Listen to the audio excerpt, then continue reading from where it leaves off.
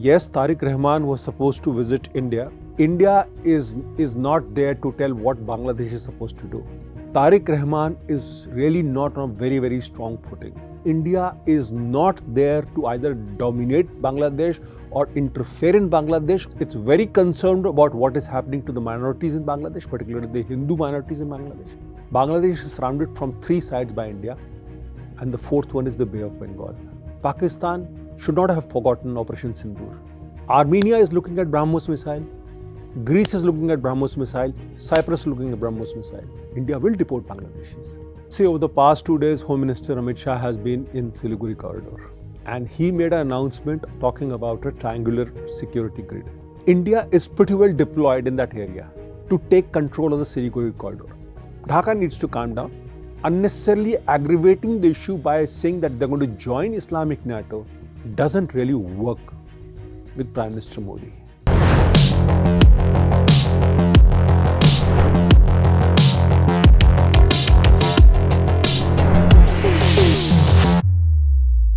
It would have been Bangladesh Prime Minister Tarique Rahman's first visit to India, but as you might have read in various reports, it has been postponed. The ties between India and Bangladesh have already been under considerable strain. Now, Dhaka's junior ministers say they're open to joining a new Islamic NATO, an expanded version of the Saudi-Pakistan-Türkiye Defense Pact signed in the first week of August.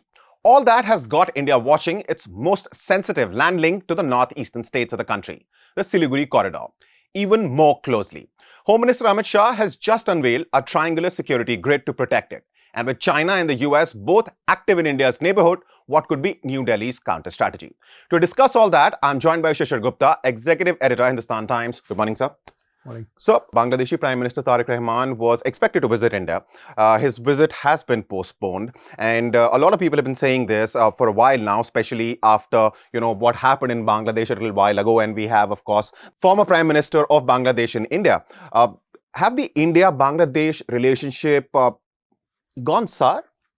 See, if I were to take a broad overview, I would say essentially it is the tragic short-sightedness of an underconfident government that is prone to seeing ghosts where none exist. This has damaged an honest, pragmatic, and mutually beneficial attempt to rebuild relations and put them on a long-term constructive footing in the interest of people of both the countries. Now, the big picture is hopefully better sense will prevail, but as of now, it's not really going in that direction. Now, to answer a question, yes, Tarique Rahman was supposed to visit India, possibly on August 23rd, 24th, 25th for 3 days. The visit was cancelled, but prior to the visit, there was a build-up where a top aide of the Prime Minister, he said that they are not averse to joining the so-called Islamic NATO. And then the Bangladesh government itself put a condition saying that you extradite former Prime Minister Sheikh Hasina to Bangladesh for trial. While all this is coming, you have various things happening within Bangladesh. So what is happening is, first of all, the rise of Jamaat in Bangladesh. That is causing a lot of trouble to the Bangladeshi regime because Jamaat Islami is really, really pushing it in with a long-term objective of capturing power. Two, what is happening over there is Tarique Rahman has raised suspicion by first visiting China and then talking about, asking China to handle the Tista water, asking China for a highway via Yunnan to Bangladesh, and basically trying to create suspicion where none existed. See, India is not there to tell what Bangladesh is supposed to do. India is always there to help Bangladesh and has done that since 1971. Okay? Since its formation. So, if you really want to sort of, whitewash everything and decide to restart the ties, then there is a problem in this entire thing because it doesn't work to mutual benefit. And it is for Bangladesh to realize as to how India has been helping Bangladesh for a long time, from diesel to onions. Also, there's a lot of effort which has been made by the government. Raw Chief was, of course, recently there in Bangladesh. So the government is making efforts, this relationship which has gone sour, so to speak, to restart this. See, first of all, there was no need for the Bangladeshi security establishment to leak the visit of the Raw Chief and his delegation. This is normally not done. I mean, this reminds me of the day when the Maoists came to power in Nepal and decided to, release the list of all the raw operatives who work overground. These are not underground operatives, overground officials, to the media. So, this is the way, things go sour. That's where it is. But the thing over here is that, Tarique Rahman is really not on a very, very strong footing. So, while we're talking about Jamaat, there is Jamaat. Then there is an issue of, Tarique Rahman has lived in London. So there is a London group in Bangladesh. Then there is a place which is constituency, which is Bogora, where there is a Bogora group. So the two, there is a clash between that, political clash. Then, this whole business of, his China overtures. Then there is an American play over there, thanks to the great Muhammad Yunus over there, right? So there are a whole lot of conspiracies that are going on. There is this one conspiracy that, the Americans have put a surveillance base in St. Martin Island near Chittagong. See, let me give you an example as to how China has been successful in making inroads within Bangladesh. I mean, when Prime Minister Sheikh Hasina was there, a Pakistani frigate which was made in China, PNS Taimur, was coming from China towards Karachi. This was the first maiden voyage. And the ship was supposed to make a courtesy call in Bangladesh after doing calls in Cambodia, and then proceed from there to Sri Lanka, Colombo port. India raised objection to the ship going over there.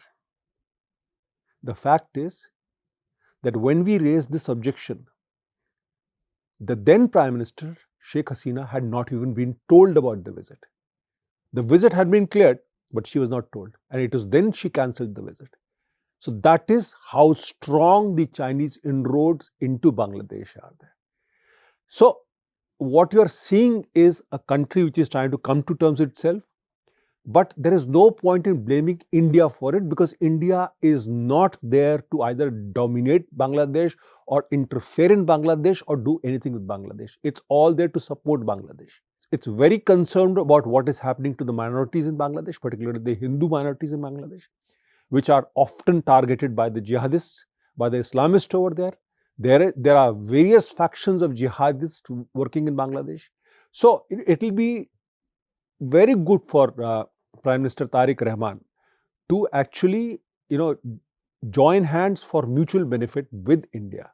These things will only work if there is mutual interest.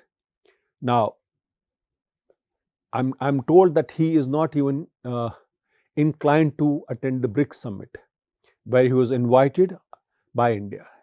Now, it is for him to take a call as to where he wants the relationship to go, because politics is never permanent. It continues to sort of evolve and change. So, if Prime Minister Tarique Rahman really wants Bangladesh to grow and develop the way it is, India can only be a force multiplier. It is not there to actually cut him off, and that's very clear from day one. Right. But given this is the background, right, multiple concerns here for India, this is making India, of course, when statements like these from junior ministers come out, wherein it is said that, Bangladesh is happy to join, would like to join this new Islamic NATO, which was, of course, signed on August 7th between Türkiye, Pakistan and Saudi Arabia. They'll be happy to join it. That makes India definitely look at it more closely. Sometimes you deliberately make statements to instigate the other side without even understanding what is the long-term picture in this. So let me tell you very clearly. First of all, they talk about a corridor from Yunnan via Myanmar to Bangladesh. The entire area is not under anybody's control. It is basically free for all. So where will they bring the highway from? First of all. I mean, there is the Arakanese army, there is Chin army. No, the entire western flank of Myanmar is not under anybody's control, and hardly even the Bangladesh government cannot control that area from where it is coming. Second thing, by saying that we are not averse to joining this alliance, I mean, it's all very fine that, the larger Ummah operates, and but to what end? Bangladesh is surrounded from 3 sides by India, and the 4th one is the Bay of Bengal. So please, okay, majority of Bangladesh diesel supply comes from India. Bangladesh even gets onions from India, right? First of all. Second thing, Pakistan. Pakistan should not have forgotten Operation Sindoor. And Turkey, let me remind you something.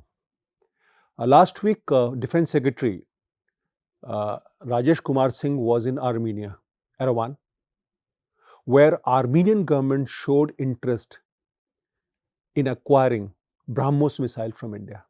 The Armenian border and the Turkey border, and the two have been at loggerheads from time immemorial, is just some 600 kilometers. Armenia is looking at BrahMos missile, Greece is looking at BrahMos missile, Cyprus is looking at BrahMos missile.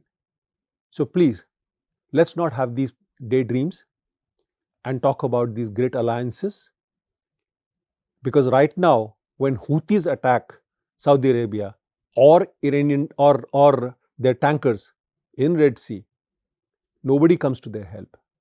So the proof of the pudding lies in eating. Let's see what happens over there.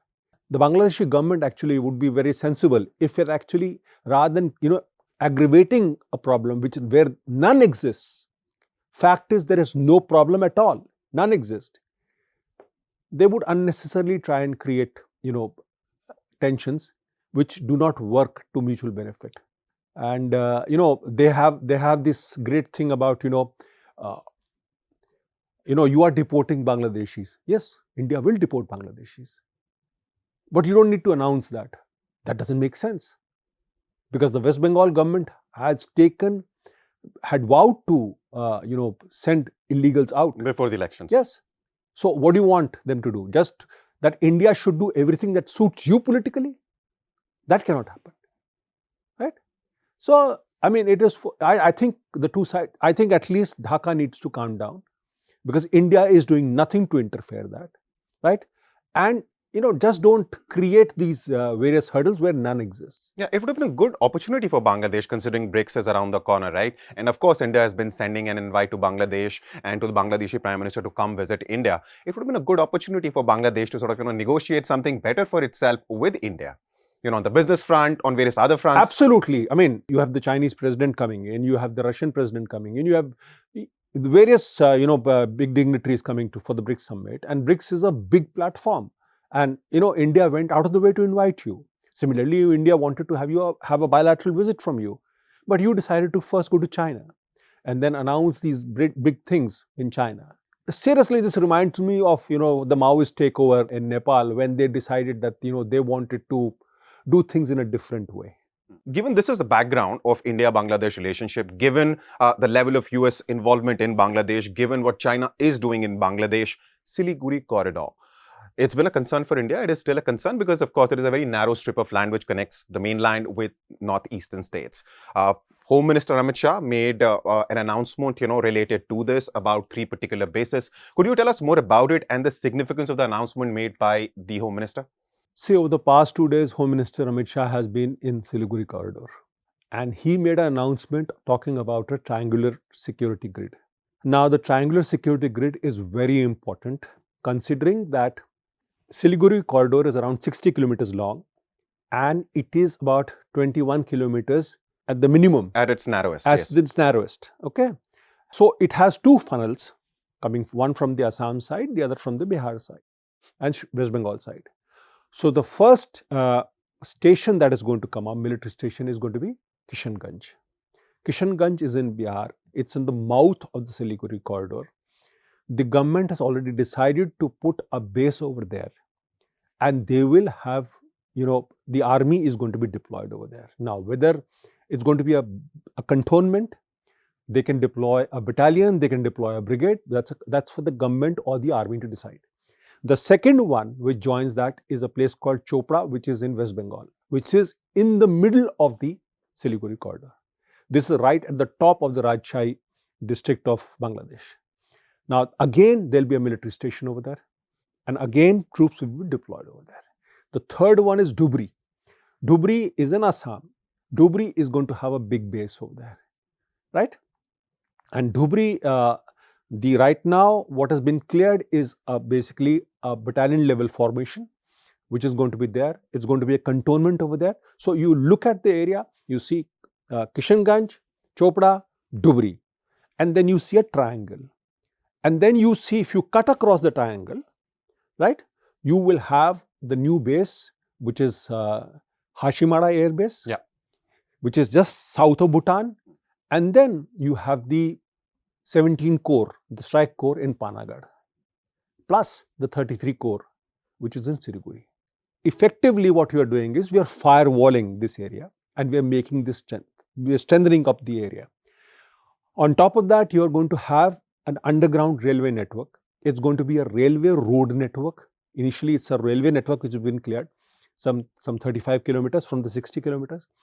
Once the road will be there, it'll have other access tunnels.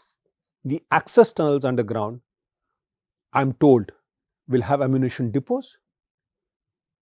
So, fact of the matter is that India is pretty well deployed in that area to take control of the Siliguri corridor. You know, people talk about Siliguri corridor as if, they can just go around and simply remove the northeastern states from India by just doing this, bisecting the Siliguri corridor. It's not so easy. Yeah, the chicken's neck, as it is also called. Well, the chicken's neck can be a problem for India, but it can also be a problem for the other surrounding countries also. Okay. So if anybody thinks that India is going to take it lying down, or this government, the Modi government, with Amit Shah being the home minister, taking it lying down, I don't think so. The chicken neck can always be broadened to make it an elephant neck on both sides. So we are deployed over there. We have sufficient artillery, sufficient air support, sufficient missiles to handle it, right? So you have Nepal on one side, Bangladesh, Bhutan, which is a very, very friendly countries for India. And then across Sikkim, you have the Yadong Valley, where the Chinese are deployed.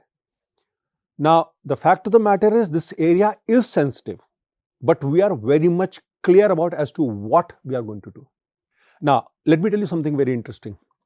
When Bangladesh army does wargaming, they always take India as the enemy.